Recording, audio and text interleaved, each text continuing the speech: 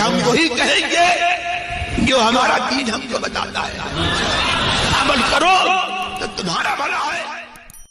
وَنَضَعُ الْمَوَازِينَ الْقِسْطَ لِيَوْمِ الْقِيَامَةِ فَلَا تُظْلَمُ نَفْسٌ شَيْئًا، اور ہم عدل کی ترازویں رکھیں گے قیامت کے دن تو کسی جان پر کچھ ظلم نہ ہوگا۔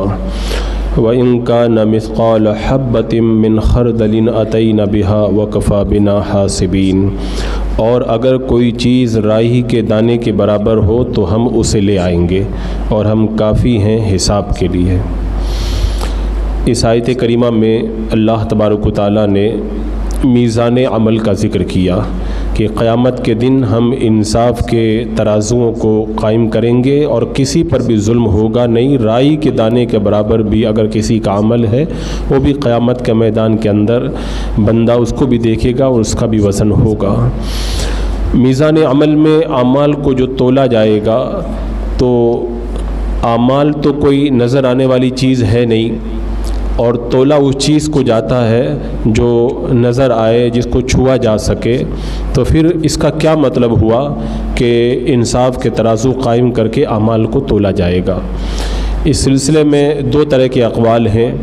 ایک قول تو یہ ہے کہ ہم جو بھی اچھا برا کرتے ہیں کرامن کاتبین ہمارے نامہ اعمال میں ان سب کو لکھتے ہیں، قیامت کے دن وہی جو ہمارے نامہ اعمال ہیں ان کو تولا جائے گا، اور جو عمل کی کتاب ہے نامہ اعمال ہے اس کو تولا جا سکتا ہے۔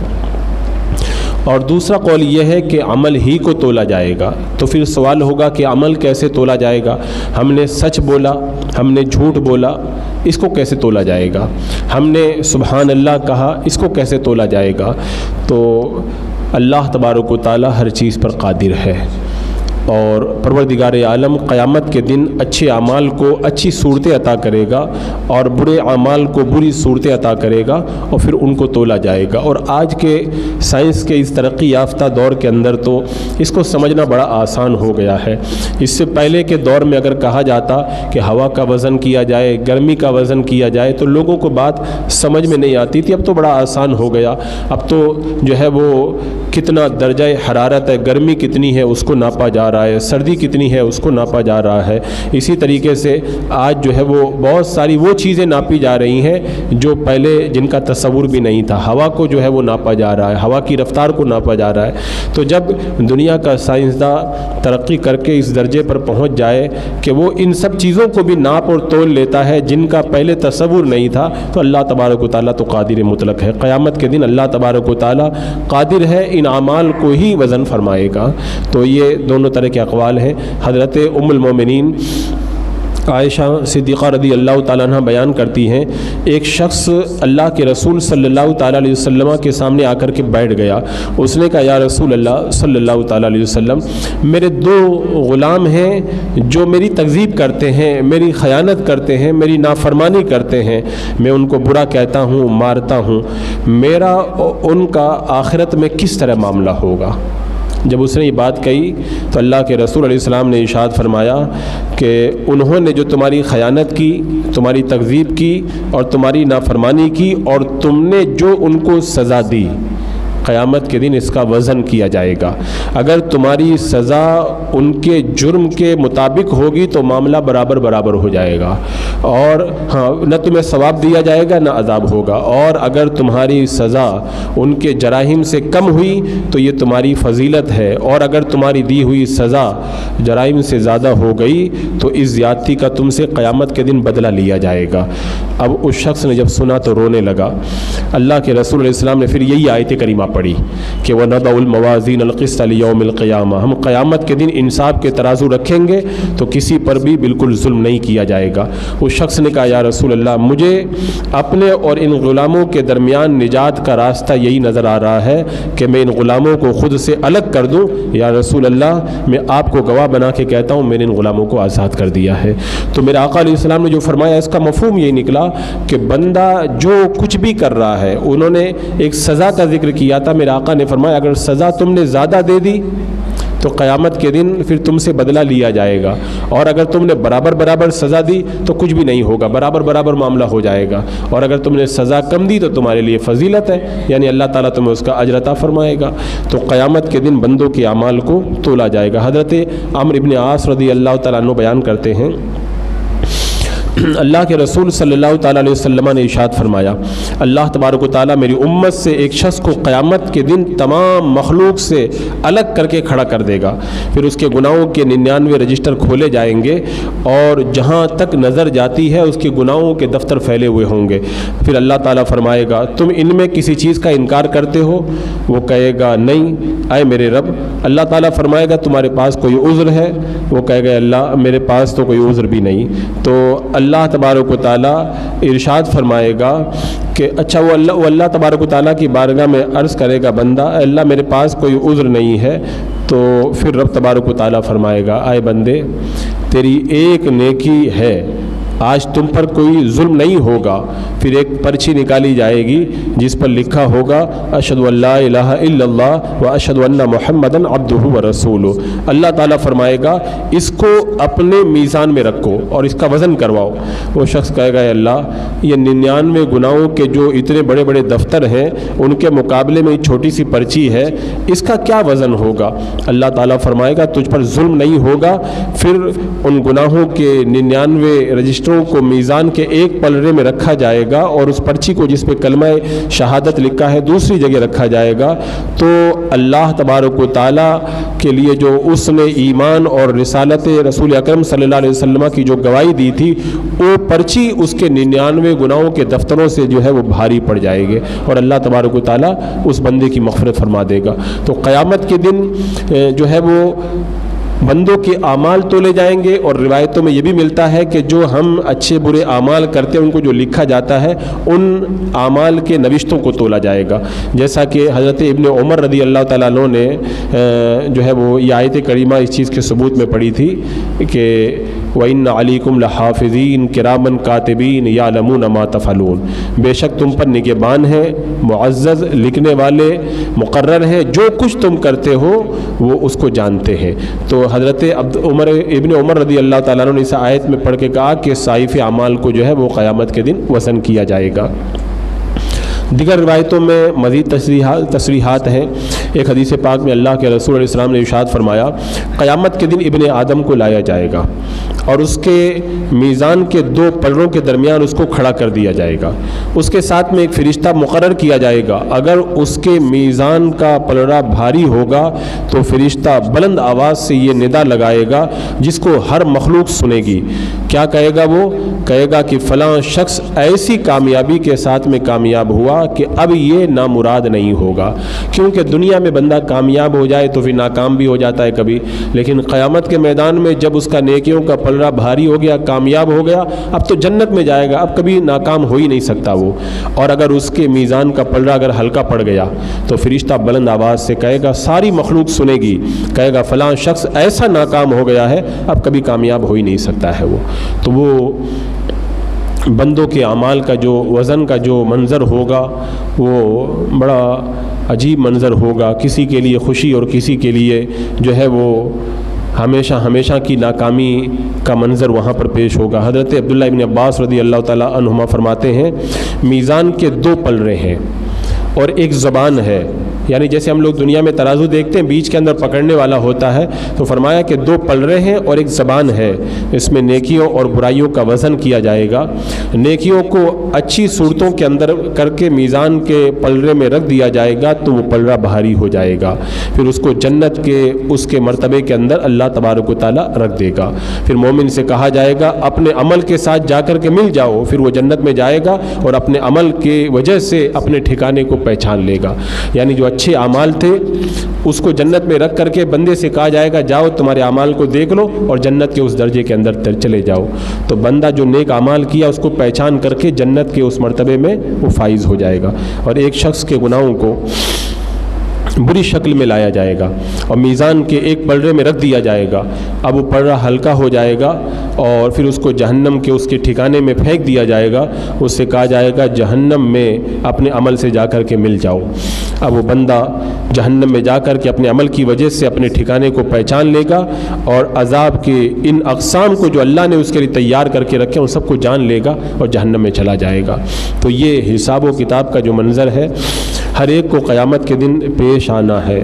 اب یہاں پہ ایک سوال ہو سکتا ہے کہ قیامت کے دن اعمال کو تولنے کی کیا ضرورت ہے؟ اللہ تعالیٰ تو سب کچھ جانتا ہے، کون جنتی ہے کون جہنمی ہے۔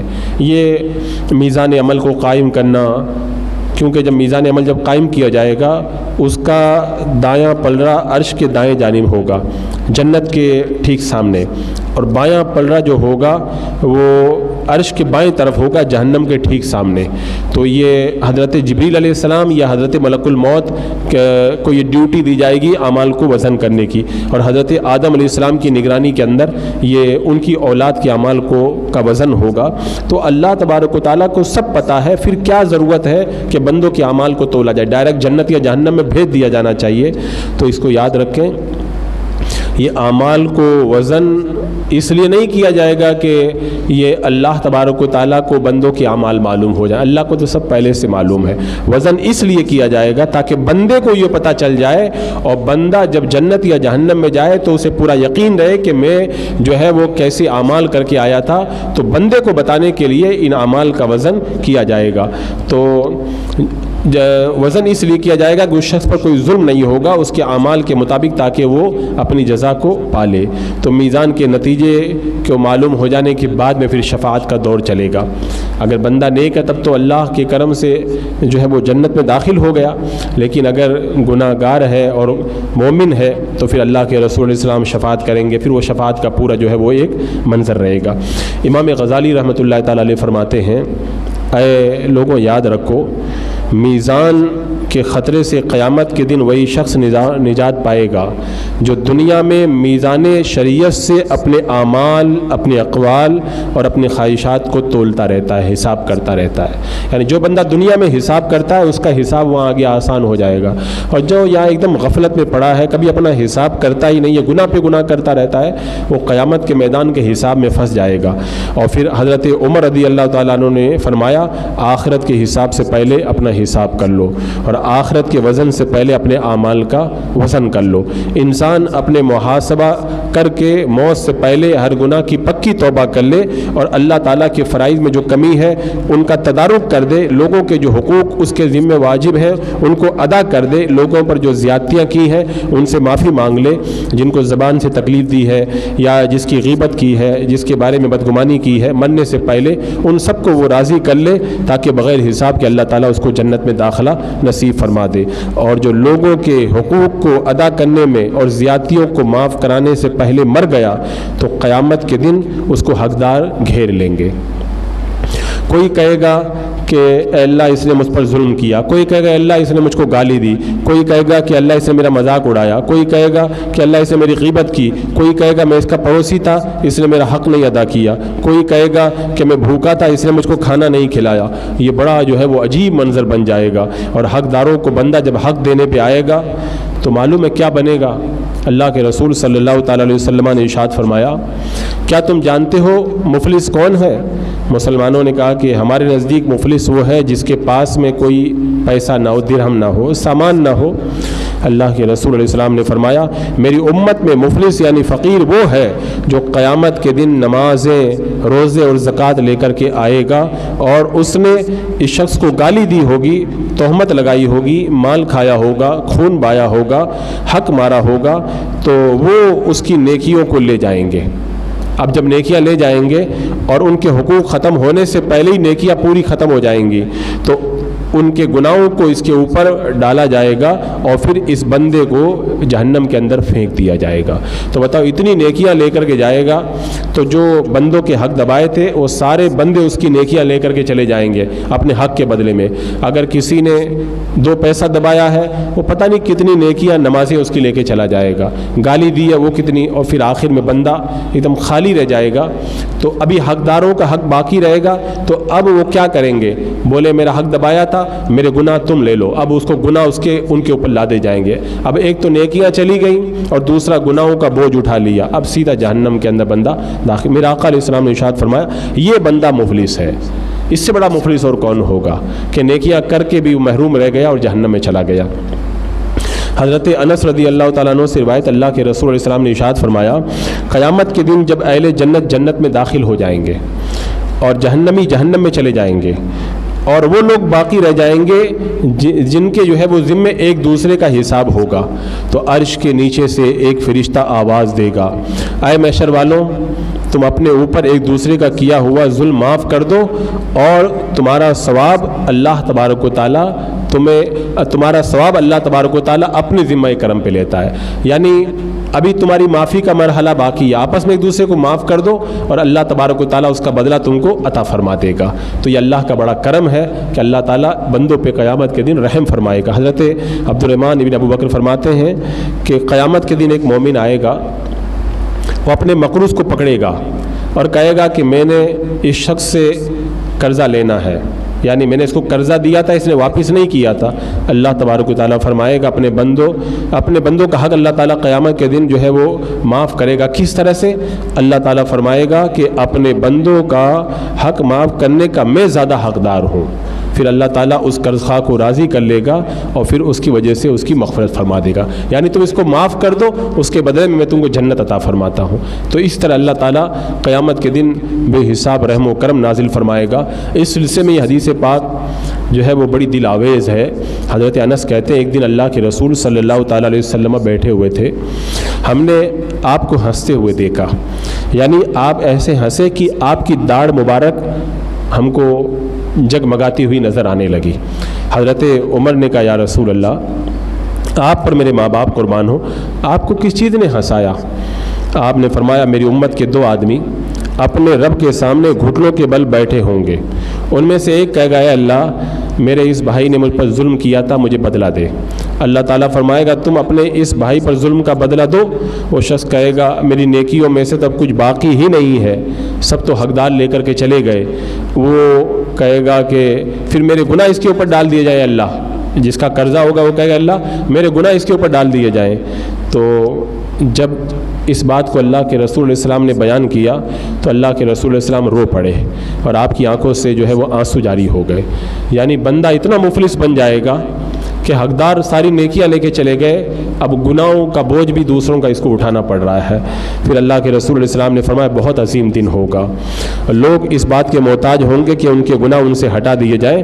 پھر اللہ تبارک و تعالیٰ حق طلب کرنے والے بندے سے فرمائے گا اپنا سر اٹھا، جو قرضہ مانگ رہا تھا نا اس سے کہے گا اپنا سر اٹھا اور جنتوں کی طرف دیکھ۔ وہ شخص سر اٹھائے گا اور دیکھے گا، کہے گا اللہ میں چاندی اور سونے کے محل دیکھ رہا ہوں جن میں موتی جڑے ہوئے ہیں، یہ کسی نبی کے ہیں یا صدیق کے ہیں یا شہید کے ہیں۔ اللہ تعالیٰ فرمائے گا یہ جنت کے جو محل تجھے نظر آ رہے ہیں یہ اس شخص کے لیے ہیں جو ان کی قیمت دے دے۔ وہ بندہ عرض کرے گا مولا اس کی قیمت کون ادا کرے گا؟ اللہ تعالیٰ فرمائے گا تم ان کی قیمت ادا کر سکتے ہو۔ وہ شخص کہے گا اللہ کیا قیمت ہے؟ اللہ تعالیٰ فرمائے گا اپنے بھائی کو معاف کر دو، یہی اس کی قیمت ہے۔ وہ شخص کہے گا اللہ میں نے اپنے بھائی کو معاف کر دیا۔ اللہ تبارک و تعالیٰ فرمائے گا اپنے بھائی کو ساتھ میں لو اور دونوں جنت کے اندر داخل ہو جاؤ۔ تو اتنا کرم اللہ تعالیٰ قیامت کے میدان کے اندر اپنے بندوں پہ فرمائے گا۔ یہ معافی کا مرحلہ ہے، ورنہ جب حساب و کتاب ہوگا تب تو الگ ہی منظر ہوگا۔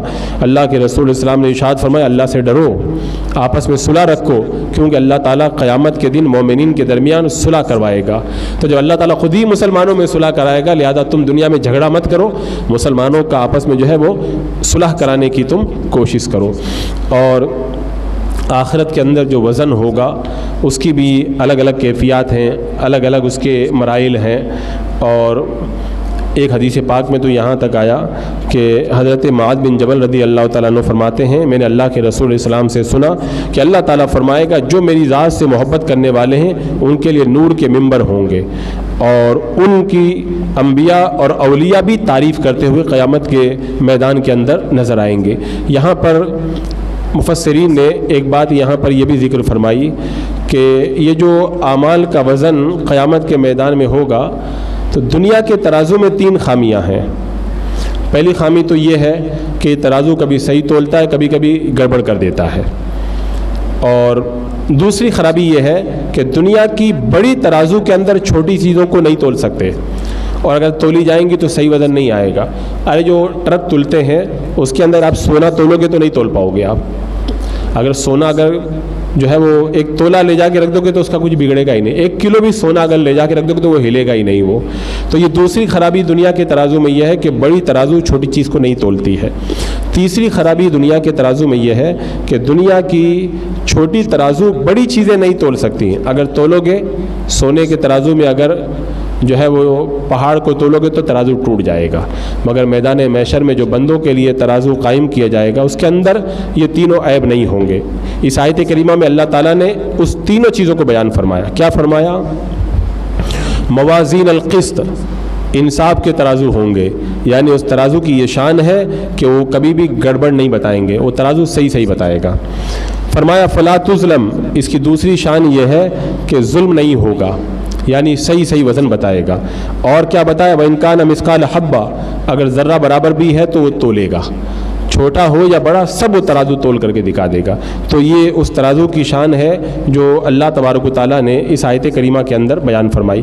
ایک چیز یہاں پر یہ ذہن میں آ سکتی ہے کہ اللہ تعالیٰ نے فرمایا انصاف کے ترازو ہم قائم کریں گے اور ذرہ برابر بھی ظلم نہیں ہوگا، اور دوسری جگہ اللہ تعالیٰ خود فرماتا ہے فلا نقیم لہم یوم القیامت وزنا، ہم کافروں کے لیے قیامت کے دن وزن قائم ہی نہیں کریں گے. تو یہاں تو فرمایا جا رہا ہے کہ ترازو میں تولا جائے گا، اور ادھر فرمایا جا رہا ہے کہ کافروں کے لیے وزن ہی نہیں قائم کریں گے. تو اس کا جواب یہ ہے کہ کفار کے اعمال کا بالکل وزن نہ کیا جائے گا، اس لیے کہ کفار کے پاس کوئی نیکی ہوگی ہی نہیں. تو وزن تو نیکیوں کا ہوگا نا، جب نیکی ہے ہی نہیں تو وزن کیسے کیا جائے گا؟ تو دنیا میں کفار جو اچھے کام کرتے ہیں وہ نیکی ہے نہیں، اور جو کچھ بھی اچھائی ہو جاتی ہے اللہ تعالیٰ دنیا میں مال، آرام، بنگلہ، گاڑی دے کے ان کی نیکیوں کا بدلہ ان کو یہیں پہ دے دیتا ہے. دوسرا جواب اس کا یہ ہے کہ وہاں پر اگرچہ اعمال کو تولا تو جائے گا لیکن ان کو فائدہ کچھ بھی نہیں ملے گا، اس لیے فرمایا گیا ان کے اعمال کا وزن نہیں ہوگا. وزن نہیں ہوگا یعنی اللہ کی بارگاہ میں ان کے اعمال کی کوئی ویلو ہوگی ہی نہیں. لہذا انصاف کے ترازو قائم ہوں گے. بندوں کو چاہیے کہ وہ دن آنے سے پہلے اپنے اس دن کے لیے تیاری کر لیں تاکہ نیکیوں کا پلڑا بھاری ہو جائے اور بندہ جنت میں جانے کا حقدار ہو جائے. اللہ رب قدیر توفیق عطا فرمائے.